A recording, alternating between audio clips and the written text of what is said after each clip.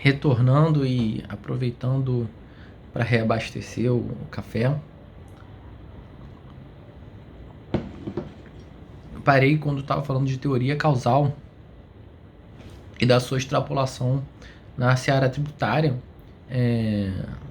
quando mencionei que a questão das contribuições e das ações do Estado foram extrapolados ou com motivações, utilizando como prévia fundamentação política para instituir as decisões contidas na norma tributária, mas que eram estranhas à norma tributária, a questão da destinação dos recursos, ou quando são identificadas a destinação, são identificados um posteriori financeiro à destinação do produto arrecadado. Isso a destinação é algo superveniente à norma tributária e não algo que pertença à sua matriz, essa regra matriz, né? E ele vai tecer aqui uma regra sobre, umas considerações, sobre a teoria da causa típica, né? Na realidade, ele fala sobre a teoria da causa geral, eu só vou destacar a questão da causa típica porque é o que interessa, porque é o que teve repercussões no direito tributário. Uma coisa que a teoria da causa colocava, né, que toda larga e complexa questão da causalidade, dos nexos causais infinitos, a teoria da causa típica, ela reduziu a adequação do seu fato a seu tipo. Então, nos tipos penais estão descritos aqui atos ou ações característicos e isso que importa. E aí vai se diferenciar da teoria da causa geral. Por exemplo, onde um crime ao dano de um imóvel poderia ser imputado ao construtor da causa, dentro de uma cadeia infinita de causas e de condições. Afinal, o próprio construtor do imóvel que criou as condições para a sua destruição. Então veja que é algo inconcebível isso, essa questão de relação de causalidade infinita, e por isso a causa típica chegou para colocar um corte nisso. Então, o Billing, um dos precursores da teoria da causa típica, empreende um corte nessa cadeia a fim de considerar apenas a ação característica que é descrita em lei. Ora, o que é isso não fato gerador, né? Mas sofre críticas, né? Um outro autor, o Sebastian Soller, ele fala que um problema da causalidade não se põe mais a partir de Billing, porque com Billing as dificuldades elas se reduzem apenas às questões de subsunção e também a questões de interpretação. E o mesmo fenômeno aqui, a professora Isabel ressalta, que ocorreu no direito tributário, uma vez que ele baniu os problemas da causalidade e da sua cadeia infinita, instituindo a causa típica identificada no fato gerador ou na hipótese de incidência.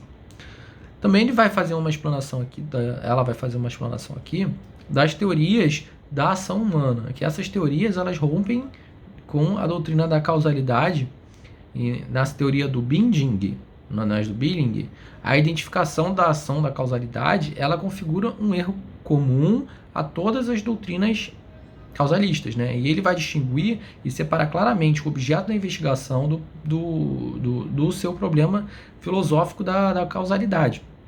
Porque aqui vai se tratar de uma causação pela vontade humana, pelo poder da força do homem.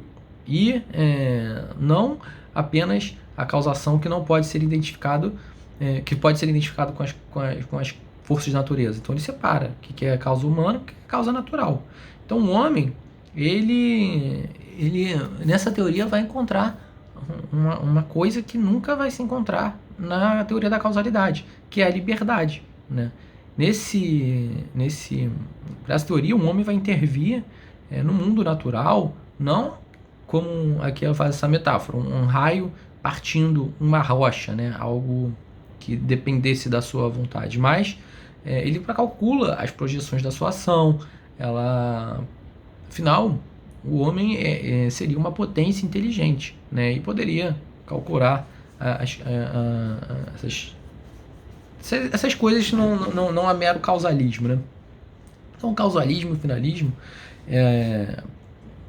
na ciência do direito penal, atuaram antes nos requisitos ou elementos do delito ou seja, nos pressupostos de punibilidade. Ora, reduzindo a causa eficiente ao tipo, ou uma questão de subsunção ao tipo, ou aqui entra a questão da causalidade intelectualizada à ação típica por meio do finalismo.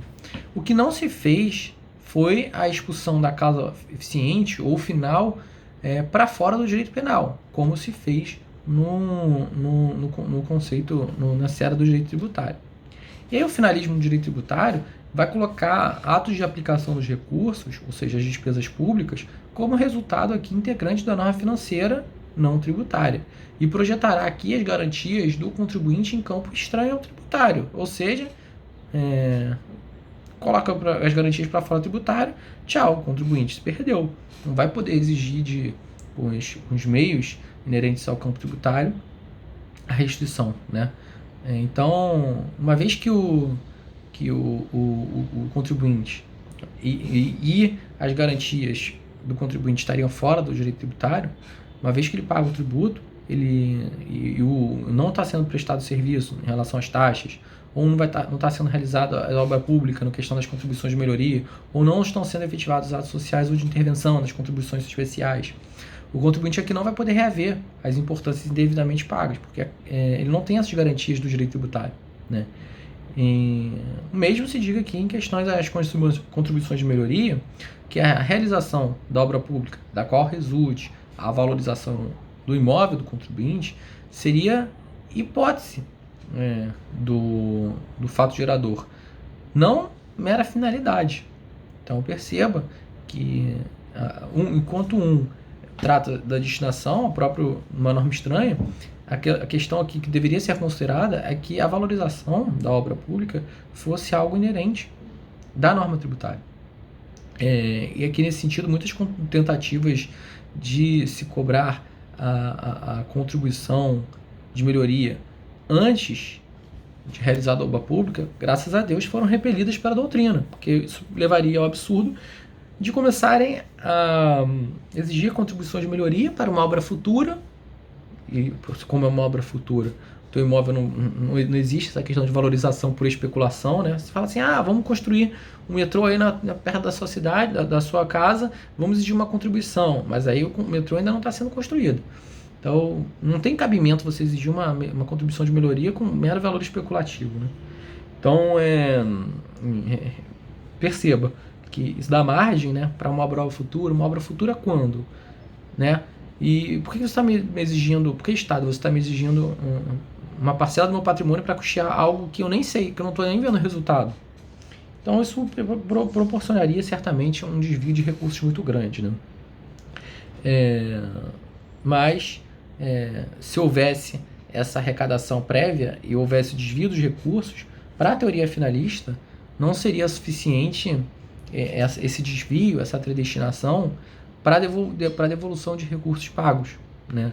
Então perceba que ela não protege os contribuintes, porque a aplicação dos recursos públicos é a questão financeira, é a questão orçamentária e é superveniente à norma tributária.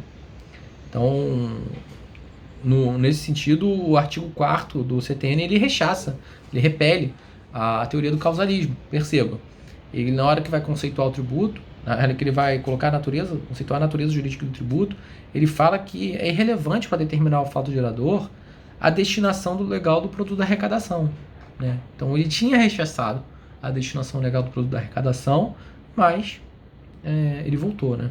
A questão da contribuição. Alguns modelos a professora apresenta, né? E ela vai relatar que teve um esforço da doutrina, das juristas, para eleger critérios confiáveis para as contribuições especiais, sobretudo as CIDs, mas a doutrina até então não logrou êxito de estabelecer um caminho seguro, que uma vez sem esse caminho confiável, né, a gente não pode garantir a cobrança correta e a aplicação efetiva e integral, no caso, dos recursos arrecadados às finalidades informadas. Então, algum modelo normativo, e aqui eu não vou falar especificamente de contribuições especiais, mas de contribuições de melhoria, que aí uma tentativa do Ataliba, se percebe o motivo do café, nas questões de contribuição de melhoria, a Ataliba identificou nas contribuições em modo geral, e aqui em especial das contribuições de melhoria, perdão, que existe uma hipótese com dois núcleos. O primeiro núcleo é que teria sempre uma atuação do Estado, que seria identificado, materializado na obra pública, enquanto um outro núcleo seria a valorização do imóvel pelo contribuinte. Então, a questão da atuação do Estado é nuclear. Está na norma tributária. A atuação do Estado, ou seja, essa despesa com obra, ela não é posterior.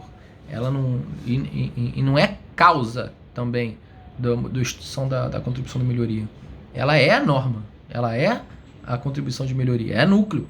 É a questão material do fato gerador da hipótese de incidência, do antecedente da norma.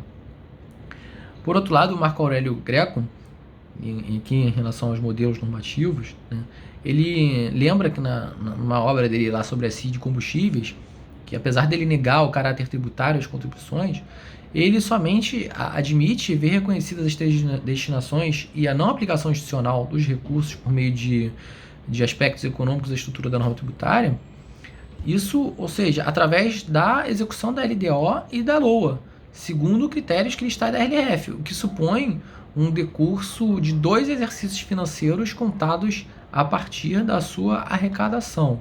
Então, esse modo de solucionar o problema pode levar ao reconhecimento de inconstitucionalidade da contribuição quando ela é inaplicada aos fins pretendidos. Mas, tem um porém, é apenas em exercícios futuros que a gente vai poder constatar essa inconstitucionalidade, né? Então, para o autor, para o Marco Aurélio Greco, não seria possível a devolução do produto que até então arrecadado por 2 razões. Primeiro, porque a incorreta ou a correta aplicação dos recursos é superveniente, é evento superveniente à incidência da norma, né? É um evento estranho à norma tributária. E, além disso, um pagamento dilui o vínculo entre o montante individual pago e a inaplicação parcial do conjunto de recursos. Então, isso não protege nada o contribuinte, que ele não vai poder exigir a repetição do débito, ainda que a norma seja inconstitucional, porque ela só vai poder ser vislumbrada inconstitucional em exercícios futuros.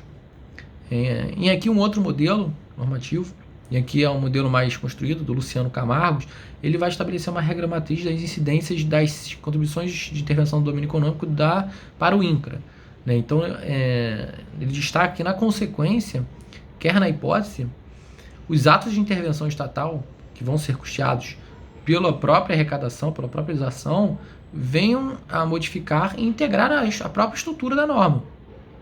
E aí ele vai retomar os ensinamentos da Taliba, que demonstrou que as contribuições também são vinculadas a uma atuação estatal, e vai desenhar os efeitos dessa vinculação e na consequência. E ele vai encontrar, na hipótese de incidência dessa norma, desse modelo criado, 2 núcleos, aqui no antecedente. Um primeiro núcleo, que são os aspectos materiais, temporais, especiais e pessoal, que é a descrição do fato, quando o fato vai se considerar pronto e acabado, quais são os limites jurisdicionais ali, onde é que tem que ser, onde que pode ser cobrado, né, esse tributo, né?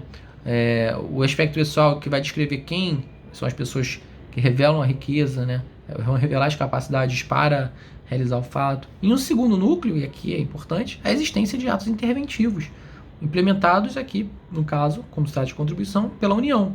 E o consequente, apesar de ter um núcleo, ele vai ter um critério finalístico, né? Então, veja, esse critério finalístico, ele vai prescrever o destino a ser dado ao produto arrecadado. Então, não está estranho a norma tributária aqui. É um modelo um pouco mais sofisticado. Além de ter, no consequente, vai ter a questão dos critérios pessoais, que é a prescrição dos sujeitos ativos e passivos, dos critérios quantitativos, que é a prescrição da base de cálculo e alíquota, o operacional, que também vai ser a prescrição de como pagar, onde pagar, quando pagar, né? Vai ter essa questão finalística, né? Vai ser a própria prescrição do destino.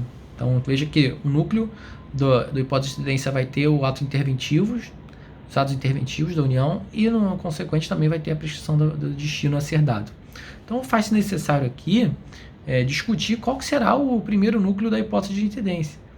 No caso, desnecessário, porque não importa que vem primeiro, se são os atos de intervenção, se os atos do contribuinte posto em relação àqueles atos, né? Ambos vão ter seus reflexos na consequência da norma, porque a obrigação vai ser graduada com o fato do contribuinte e a cobrança total não poder superar o custo da atuação estatal. Para a Taliba aqui, a regra matriz, no entanto, no tocante às contribuições de melhoria, aqui a importância da circunstância intermediária é dominante, ou seja, a importância da valorização do imóvel advinda da obra pública. E aí, ele vai destacar, não entendi muito bem esse texto, que o montante total arrecadado poderia superar ao custo da obra pública. Eu acredito que ele não considerou o limite do CTN, que coloca o limite total do custo da obra, mas ele considera as valorizações individuais, com a obra pública, que poderiam ultrapassar o custo da obra pública. Só que o CTN faz um bloqueio, tem um bloqueio legislativo disso que não pode superar, é um segundo limite. Enfim, então veja que, para mim, a meu ver, a questão do modelo do Ataliba, essa circunstância intermediária é importante que ela seja dominante, ou seja, é importante que haja a valorização do imóvel, é importante que haja a atividade estatal específica sendo custeada pelo dinheiro integral da contribuição. Uma outra doutrina, que é a do José Marcos Domingues e Eduardo Maneira, vai resgatar também as lições da Taliba, em que as ações estatais que as contribuições visem financiar, elas devem estar no pressuposto da norma tributária, integrando a hipótese de incidência, de modo que, uma vez pago o tributo, mas identificados aqui a predestinação, ou o desvio, ou a não aplicação dos recursos, a gente está em face de tributo sem causa, sendo devido aqui a repetição do indébito. Então, esse modo de solucionar o problema não pode levar ao reconhecimento da inconstitucionalidade apenas em exercícios futuros, porque ela já é inconstitucional, porque faltou essa materialidade no fato gerador. Então, uma vez que houve a predestinação e não se efetivou a atuação do Estado, a devolução do produto arrecadado impõe-se necessária, em uma vez que o fato gerador não foi realizado por completo. Então, nessa questão também não se pode argumentar que a concreta ou incorreta aplicação dos recursos seria evento superveniente à incidência da norma, porque os atos estatais são pressuposto, é pressuposto da norma, não a causa final. Uma outra questão, antes de encaminhar para as conclusões, e aí já estou cansado de manhã, é a questão dos impostos com fins específicos, que seriam as contribuições aqui que não são, que são mais delicadas, e aqui é a contribuição social sobre o lucro líquido, PIS, COFINS, que são essas especialmente incidentes sobre os lucros, folha de pagamentos, receita, faturamento, que aí a professora fala que são verdadeiros impostos transvestidos de contribuições, porque em relação a tais contribuições é difícil aplicar a regra matriz do professor Luciano Camargos, que é apta a reger as verdadeiras contribuições. A questão aqui é que existe uma referabilidade, mas essa referabilidade existente, por exemplo, aqui entre os serviços de saúde, serviços de assistência social e os contribuintes, é muito frágil, porque aqui a gente verifica apenas a hipótese de existência é o fato gerador, sei lá, o fato gerador do lucro. A pessoa aferir o lucro e esse dinheiro vai ter que ir para a Seguridade Social. Tipo assim, é muito difícil ver a relação de uma coisa com a outra, Sei lá, seria mais visualizável cobrar CID, eu não sei se é cobrado, posso até estar errando agora, vou até consultar antes de falar, mas existe uma distância muito grande em relação a aferir lucro e o dinheiro ser destinado para a Seguridade Social.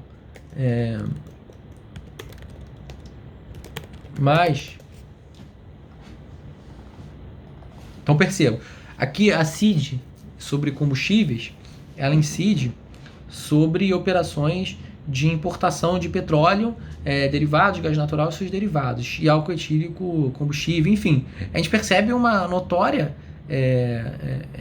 referibilidade entre o fato gerador e o seu destino. Agora, lucro e seguridade social, assim, é difícil, é frágil que ela coloca. Então, essas contribuições são contribuições por mera equiparação condicional. E uma vez que veio desde o seu texto original, então devem ser tratados como contribuições, uma vez que não existe constitucionalidade originária. E são sujeitos aqui ao regime específico de contribuições. Mas ela ressalta que são verdadeiros impostos e, apesar de ser verdadeiros impostos, essas contribuições elas devem ser destinadas ao fim pretendido, em que as ações de previdência, as ações de saúde, assistência, sem as quais não existam, elas não poderiam ser cobradas, né? Então, essas atuações estatais deveriam balizar as arrecadações, né, disso, senão vira bagunça. Aí, finalizando já as conclusões, né, e tentar ser mais rápido, ela volta à questão do Foucault, que quando demonstra que o poder político não está ausente do saber, mas é tramado com o saber. O poder e saber estão juntinho lado a lado, JJ junto e misturado. E as consequências do cidadão perante ao poder de tributar podem sim ser acompanhados de fatos históricos delineados no tempo e espaço, como a gente viu que seria uma abordagem possível no começo do texto. Mas a abordagem que ela julga importante aqui é justamente a investigação dos conceitos jurídicos firmado na dogmática, seus efeitos e suas consequências. A gente viu que, tentando traçar um método, a gente tenta chegar em algum modelo para justificar a cobrança de contribuições e mais. Garantir a defesa dos contribuintes a partir de, uma vez que as contribuições podem não estar mais justificadas, mereceriam sim a repetição do indébito. E ela vai relembrar aqui também alguns conceitos de Kelsen, segundo as normas deveriam ser gerais e abstratas, porque se aplicaria a todos igualmente. Mas Norberto Bobbio, e aqui também na linha de Ataliba, vai falar que não, pelo contrário. É o inverso, a norma é abstrata e geral, porque a gente deve dar tratamento equivalente aos iguais, e não tratar todos igualmente. Então existe uma tênue linha que separa essas duas expressões. Então quando a Constituição diz que as contribuições nascem para custear o Estado Democrático de Direito, é porque elas devem ocorrer, porque isso deve ocorrer. E uma vez que a gente não exige essa atuação, porque seria mera resultado ou finalidade, estando fora do direito tributário, a gente está tendo os nossos direitos violados, né? Então a gente tem que voltar. O objetivo dela é trazer essa questão de volta para o direito tributário, né? Escapuliu o direito tributário, foi para o direito financeiro, mas não volta. Pertence sim ao direito tributário. É isso que a doutrina tem que fazer. E se não fizer, o direito tributário vai passar a funcionar assim, sem confiança, sem obediência às promessas da Constituição. E aí ela destaca que a norma não funciona porque a gente não torna efetiva, porque a gente ainda se subordina, né, quase no mito da caverna, a uma lógica deôntica ultrapassada, resquício de tempos autoritários em que os tributos eram concebidos com o seu fim, né, os impostos destinados a causas gerais, as taxas aos serviços públicos, a contribuição de melhoria, a valorização, aos custeios das obras públicas, né. Então a causa final passou a dirigir os conceitos do criado de direito tributário, e essa época levou à pobreza dos direitos e das garantias dos contribuintes, né. O CTN veio e tentou tirar isso, né, com o artigo 4º lá, que a destinação é irrelevante para identificar o fato gerador. Mas o finalismo, ele voltou raramente aqui, não raramente aqui travestido como motivação para a substituição, e permitiu que até contribuições destinadas ao custeio de aposentadoria dos contribuintes já aposentados fossem legitimadas. E aqui teve uma argumentação sofisticada, uma justificação sofisticada, com base em princípios da solidariedade, né? Mas veja, você vai exigir do aposentado o custeio da própria aposentadoria, você não está pagando menos aposentadoria, no caso, para ele. Então, ele tinha uma legítima expectativa, né? E foi violada, ainda que com argumentos sofisticados. Então, as obrigações sem a causa final são exatamente o fenômeno de extrema gravidade que a gente é obrigado a conviver. E aí a gente tem esse sentimento profundo retrocesso democrático. E aí eu vou agora ler a frase que ela citou no final, que é realmente emocionante, que ela vai relembrar as lições de Ataliba, que quando ele coloca a lógica e a metodologia a serviço dos princípios constitucionais. Então, o que basicamente é isso? É você utilizar essa construção, esses modelos normativos para verificar que a questão da destinação da contribuição, ela faz parte do fato gerador. Ela não é causa posterior ou apenas um fundamento político da sua instituição. Ela faz parte e ela tem que acontecer. Porque se ela não acontecer, o fato gerador não ocorre. E se ela não ocorre, a gente não deve pagar o tributo. Então, esse princípio constitucional da limitação do poder de tributar, uma vez que o fato gerador não ocorreu, é o que a gente tem que buscar, né? E não ficar submisso a apenas essas emendas que vêm predestinando, emendas que vêm admitindo a desvinculação. É isso que ela coloca. Então, termino aqui o texto.